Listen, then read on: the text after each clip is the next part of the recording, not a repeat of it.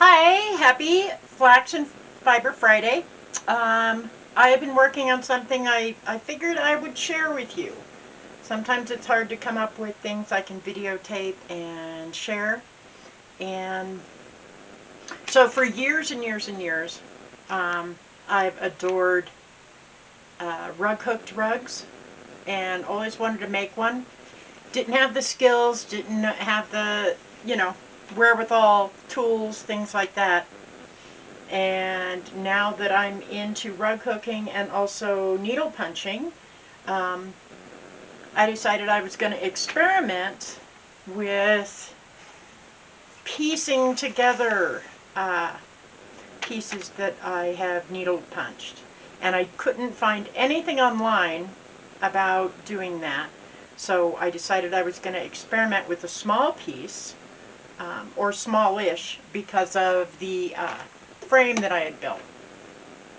I have plans to use like wire dog brushes and change this out so I can make,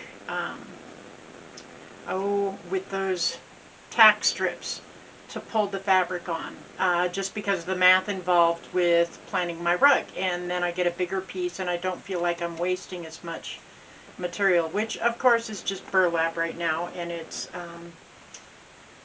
bags of basmati rice that I have saved through the years.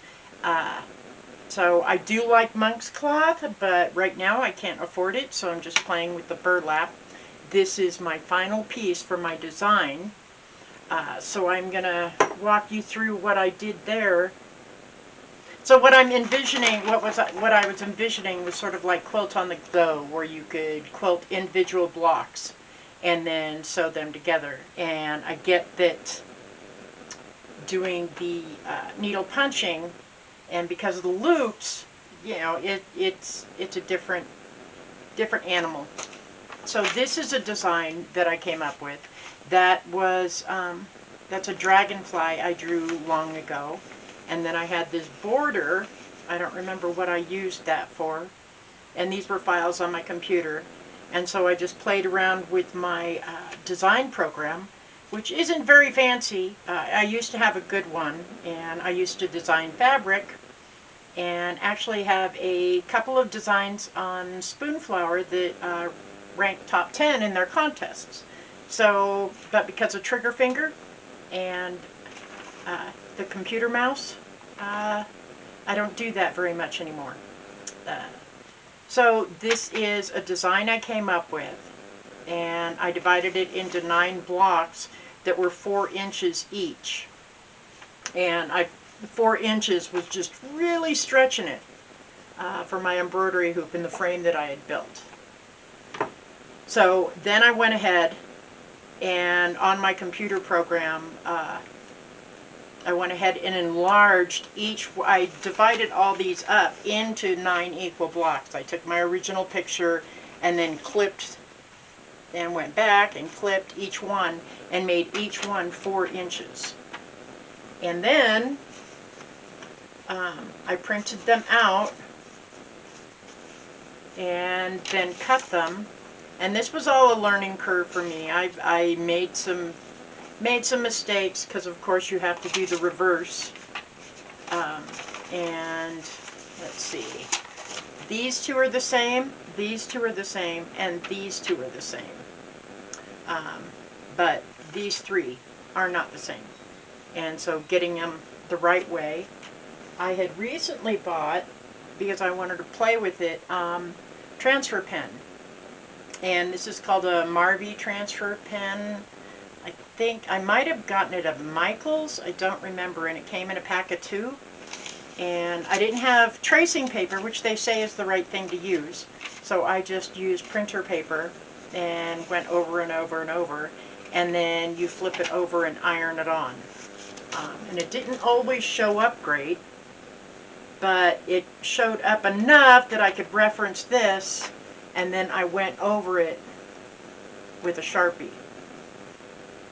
So that's how I got here. Sometimes I had to take one of my pieces, let's see if I can find one, and match that up while I was doing it. So this one is going to be on that side. So I would fold that under, and I probably could have done that while I had the it just drawn out. But then again, I'm never going to be exact where I stitched. So then I hold that up there and make sure that the lines are going to line up good enough. And I made some mistakes in color and the size of the border, so I had to kind of go back in and mess with it. This one was one that I messed up, and this became way too thick, and the flower itself was up above and nothing matched up. So I had already cut the piece, so I had to sew more burlap around the edges so I could get it back in the hoop and take it out and put it back in.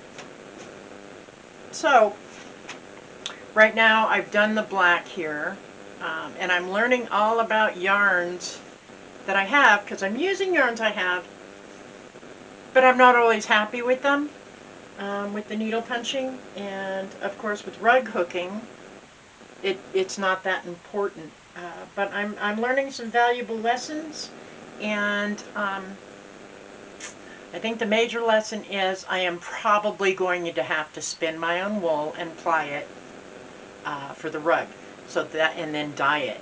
So I already have roving, and I probably cannot afford to purchase all the yarn that I would need in wool to make a rug that I plan on being 4 by 6 feet. So essentially what I'm doing is just walking you through my process of problem solving, and also what I have on hand and how to work with it and use up the supplies that I already have. So, and then just my learning, and then experimenting with things. And I figured that this might help people who also are limited on space or tools, and they want to make something bigger. So that's kind of the plan. And lots of mistakes. This I had to end up using some cotton yarn that was a completely different color than these browns, but I figure it's organic, it's primitive, it's natural, and I like that.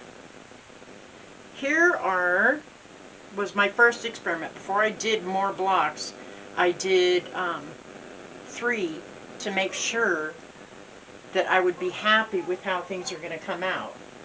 And I assume, well, I don't assume, I know, let me zoom in here, that I am going to block these afterwards. And so here you see I caught some of the looped yarn in there because it was rather difficult, and it was my first one. But I lined them up and then just started going in one side as close as I could to the loops and back out, and then back and forth, and tried to go in and push the loops down in while I did that, and sort of doing a back stitch. And I think it lines up pretty well. Right now, because it's not blocked, you can see that line, but I think after blocking and just going in and fluffing them out, I'll be able to combine them all and create the piece that I want. And I'm going to go ahead and put a picture of the chair that I'm going to be covering. And my problem with this chair is it's where a lot of cats want to reside, and that's kind of their cozy chair because of the cushion that's there. And so I'm doing the back of this chair. It's an old funky chair, but I really like it, and I think I got it for free at the thrift store. So I've just been putting off doing any kind of upholstery on it, and the back of the chair is upholstered, but a pretty simple, just tacked in. And I think the piece, minus curved spaces that kind of go up, is about 15 by 15, and this block that I'm making is 12 by 12. So I'm going to have to get a template, make a template, take the piece off the back of the chair, make a template, and see after I put all this together what I need to add. So I'm pretty sure it's going to have like another 1.5 inches or so on each side, and up at the top it kind of curves up. So I'm going to have to play with that design, and my plan is to leave excess and tack it in, not with upholstery tacks, and then go ahead and weave an ankle loom band trim to put and glue down around that. That's the plan. And it might change, I might get frustrated, but we're hoping that it works out. So just to give you a rough idea of what I have, trying to keep track of all my pieces gets to be a little confusing at times. Okay, so that one is going to go up there. It also helped me to do this to see how I liked colors and how they were going to match up. Some of these I'm going to have to go back in and do rug hooking because I couldn't get the corner on the embroidery hoop. It's helped me play with colors, and I like having a strand of 2 different colors because I like how that gives like an interesting variegated look. So if I indulge or move on to weaving or spinning my own wool and then dyeing it, I will dye it in single skeins before I ply it, and then that way I can mix and match. The idea of that's going to be kind of daunting, I think. Only because where am I going to store all that much wool? Because I'm going to have to dye it all so it comes in, you know, the same colors or close to the same colors. So I think on the big rug I'm going to do, it is going to have dragonflies as well, because I have a thing for dragonflies. But I think I'm going to make the wings like gray silver, kind of trying to get sort of a transparent look. So, let's see. See, and here's one I did on monk's cloth because I only had one little piece left. And I like that, but yeah, like I said, I can't afford enough for a rug. So far everything kind of matches up.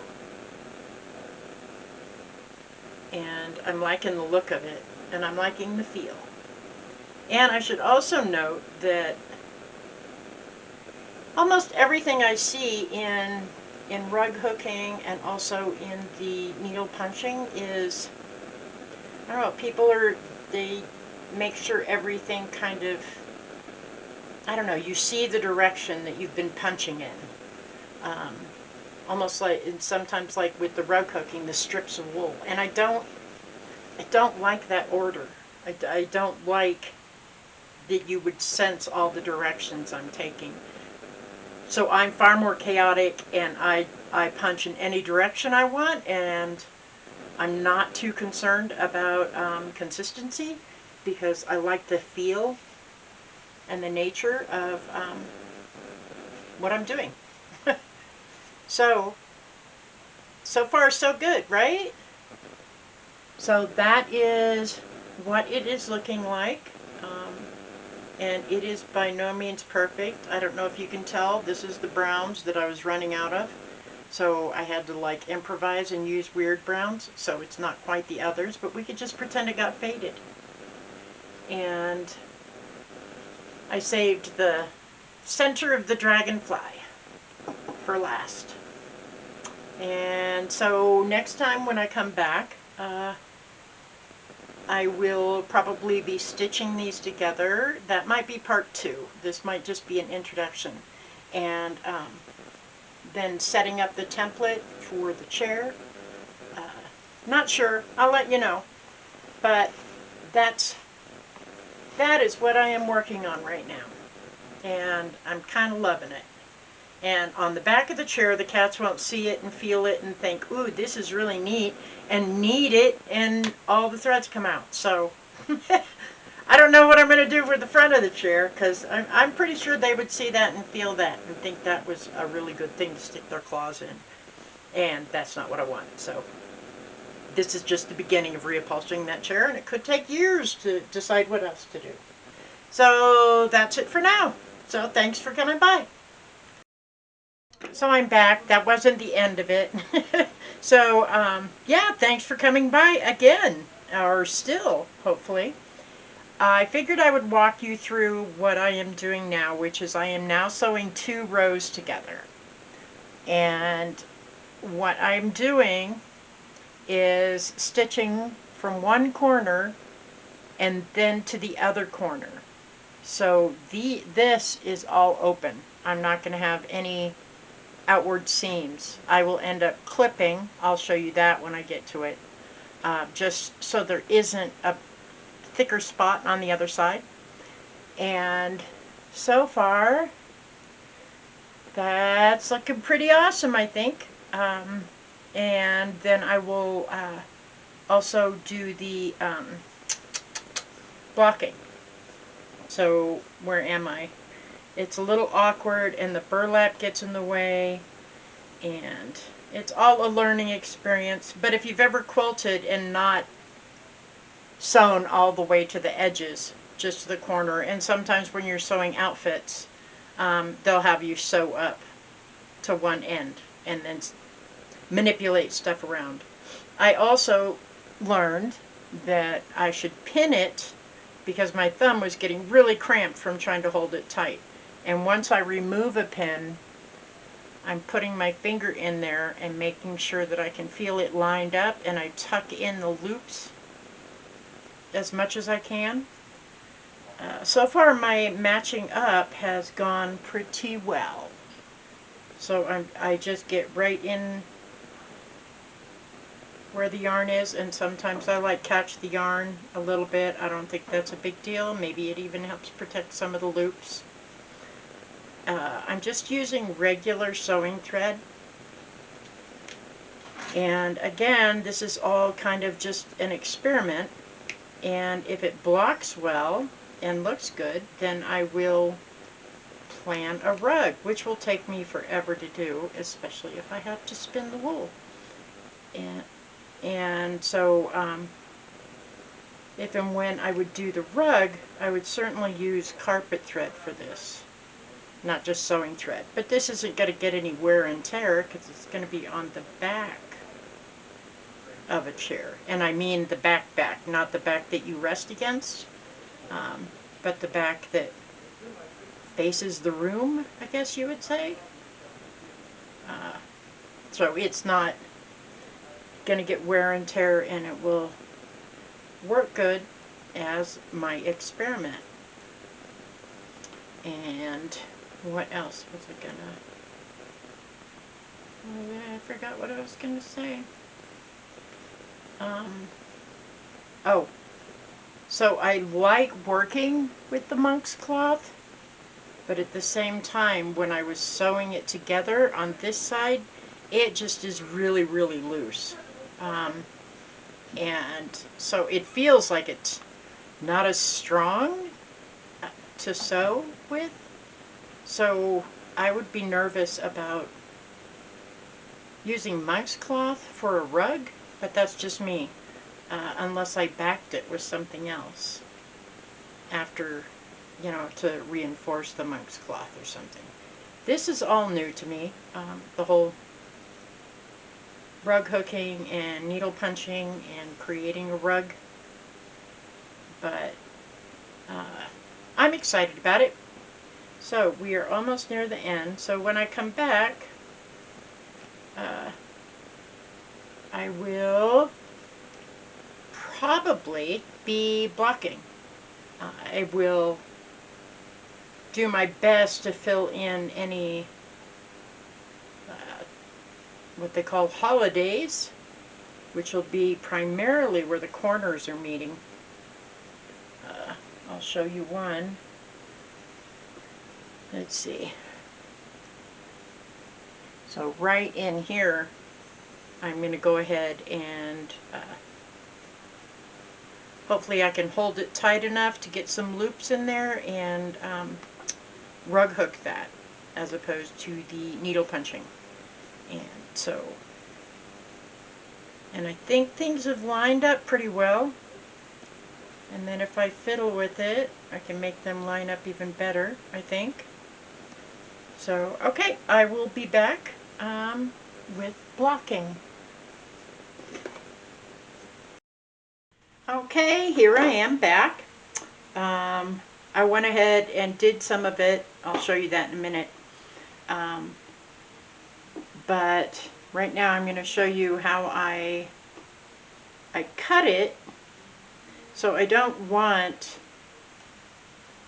4 layers of fabric of the burlap because that's just going to be too much. So what I'm doing is snipping up to the corner, and I'm not being too exact. I stitched it really well, so, and then I will cut that little piece off, and then that way it's only 2 layers of fabric. So I've already done that. Did I do that there? No, I did not. So get each 4 of the corners for each 4 pieces. And I already did all of those. And my iron's nice and hot.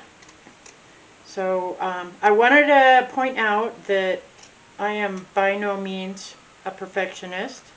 So this is all just an experiment because I didn't see anything online about piecing them together. I don't think that this would work when you use strips of wool, but who knows.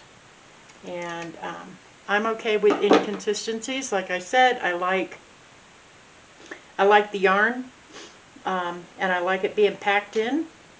So maybe that's wrong, according to people who are professionals, but you know, limited skills, limited experience. I always teach myself pretty much everything.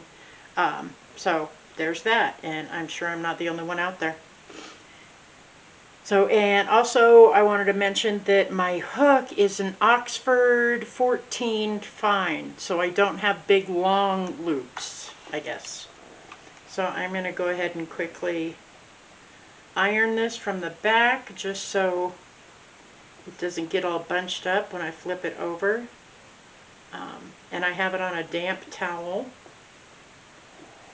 because with a steaming iron, I just don't want those all bunching up on the back. And almost all of my yarn is wool. I do have a couple of cottons in there. The yellow is the cotton, some of the green, and some of the brown. Or no, not the green, just the brown and the yellow. So, okay. So, here we go. I think it looks pretty nice. For a first experiment with this, most of the things are lining up really well. If they don't, I'm going to go in and kind of maneuver stitches and see what happens. So over here, I blocked that, and there's a few there. You know, I can see the divot there, right? And there too. So right here I went ahead and rug hooked some of this orange wool in there and then steamed it. And that, other than that one sticking up a little high, that I don't see the line as much. So essentially I'm rug hooking in my stitching, in my seams here. And I will probably do that in the green here. You can notice those 2 different colors. I am not going to mess with those too much. That's the brown cotton, and then this is the wool. So that was the closest I had match. And same with that over there. So I'm not going to worry about that too much. But I will go ahead and block this. And I won't show you going in and rug hooking. It's sturdy enough that I can put the rug hook in there and pull out. And I will do that with all of the intersections because I think that really helps there. So I am going to take my, you can already see too how that's so much smoother than that. Not bad for a novice, I think. But I mean, again, I want to do a 4x6 rug. I do not have a studio for that. I do not have the space to like put that and keep it in progress somewhere because that's a huge piece. And I don't have a frame that would be able to handle that. So, like I said, my plan is to do 6x6 squares. So I think, if I remember my math, that ended up being 96 squares. And kind of like quilting on the go, it's far more convenient to be able to do one small piece at a time. And when I'm finished with one, then I can store it away. And it just doesn't take up all the room, and I don't have to have all the equipment. So I'm nowhere near blocking it, but I wanted to come in and gently kind of wiggle them around while they're a little bit damp. So they can connect a little better. And this might not be what you're supposed to do at all, but that's what I'm doing. And most of anything that I do is based on all the different things that I have experimented with and tried, you know, throughout my life with any kind of arts and crafts, learning how to do things. And it's kind of neat when you know a whole bunch of different, little bit about everything, because then you can kind of bring in your skills with one thing and incorporate it into another design. So hopefully this inspires people to like not be afraid and just try it. I think I'm going to be super happy with it. It's not perfect, but nothing is. So, and I'm not an expert on rug hooking or needle punching. So, but how many of us are? That's kind of my theory.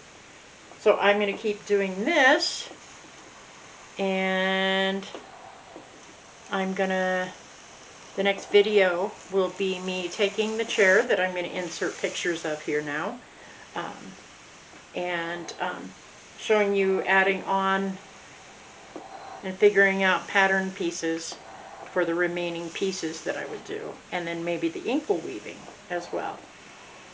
So there you go. Don't expect expertise from me, but expect ideas and maybe inspiration. So that's already looking better. It's not as puffed up, but I will go in the centers there and go ahead and rug hook everything. Or maybe I won't end it and I'll go ahead and rug hook and then just throw that in the video. Who knows? Maybe this is the end of part 1. Maybe it's not. Either way, thanks!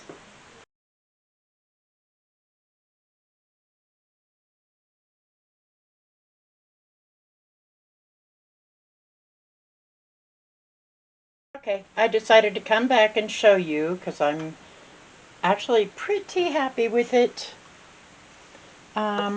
This is after blocking, after going through the seams. I only went through the seams with the peachy pink because that was where it was the most obvious. This is obvious just because the browns are so obviously different. And then the green over here.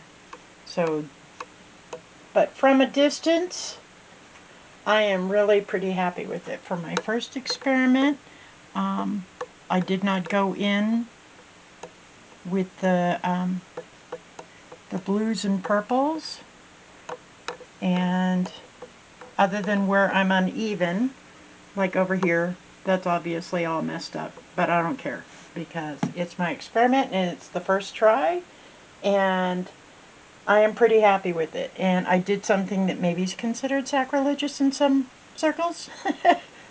When I went in and rug took and areas all along the seams, I realized that by clipping, making them longer, or trying to, and then clipping and then blocking, it made the fibers go back and forth rather than lining up and making a distinct line. Here is my problem area because it's kind of raised over here for some reason, and then some of the burlap coloring came up. But I think if you hadn't made it, you would not necessarily know the seams were there. At this angle, you can see that seam, but from other angles, you can't. So I think that's a success for hooking or punching on the go. So next week will be me doing the pattern to complete the chair. So there you go. Thanks!